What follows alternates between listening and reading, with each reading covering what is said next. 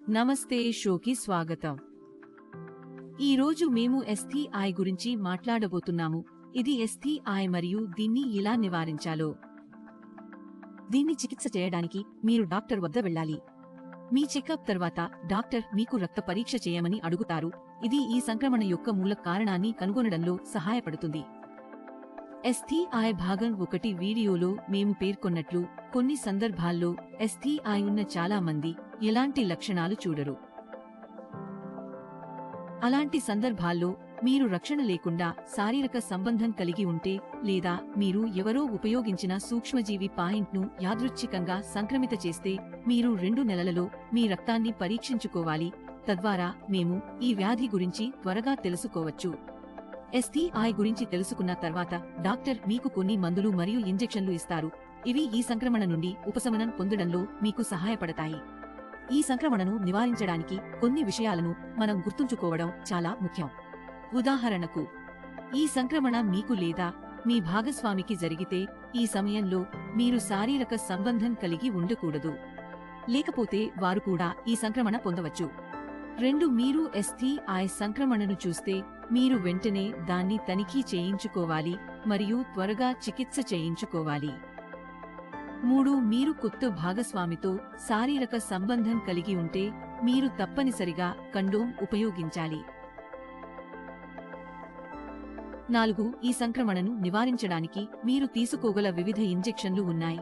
మీరు అలాంటి hepatitis A, hepatitis B, HIV మరియు హెచ్పివి ఇంజెక్షన్ల వంటి వివిధ ఇంజెక్షన్లు పొందవచ్చు. ఈ సంక్రమణలన్నింటికీ వివిధ డోసులు ఉన్నాయి. ఈ వ్యాక్సిన్ 45 సంవత్సరాల నుండి పుట్టిన పిల్లల వరకు అందించబడుతుంది. ఇవి వ్యాక్సిన్ యొక్క వయస్సు పరిమితులు. మనం వీటిని సరైన సమయంలో తీసుకోవాలి, లేకపోతే వాటి ప్రభావం తగ్గుతుంది. ఉదాహరణకు, హెచ్పివి వ్యాక్సిన్ 12 నుండి 13 సంవత్సరాల వయస్సులో తీసుకోవాలి మరియు మీరు 30 సంవత్సరాల వయస్సులో తీసుకుంటే దాని ప్రభావం తగ్గుతుంది. ఈ సందర్భంలో మీరు ఈ వ్యాక్సిన్ యొక్క అదనపు డోసు తీసుకోవాలి. ఈ వ్యాక్సిన్ మనలను 1 వంటి అనేక వ్యాధుల నుండి కాపాడగలదు. గంభీర క్యాన్సర్, గర్భాశయ క్యాన్సర్, యోని బయట క్యాన్సర్, శిశ్న క్యాన్సర్, మలద్వార క్యాన్సర్, నాసికా క్యాన్సర్, జెనిటల్ గుళిక. ఈ వ్యాక్సిన్ తీసుకోవడానికి అనేక ప్రయోజనాలు ఉన్నాయి, కానీ దీన్ని తీసుకునే ముందు కొన్ని విషయాలను చూసుకోవాలి. ఉదాహరణకు, ఎస్టీఐతో సంబంధం లేకుండా ఉన్న వ్యక్తులు మాత్రమే ఈ వ్యాక్సిన్ తీసుకోవాలి. హెచ్ఐవి వ్యాక్సిన్ తప్ప గర్భిణీ మహిళలకు ఎస్టీఐ వ్యాక్సిన్లు ఇవ్వకూడదు.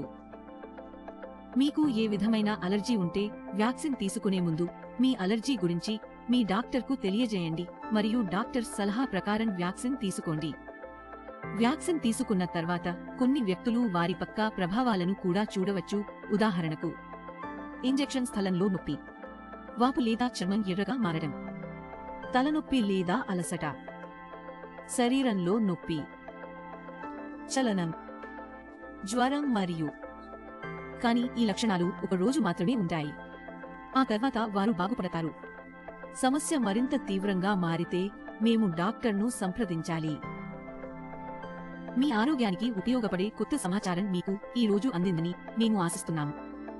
మరుసటి వీడియోలో కలుద్దాం. By by.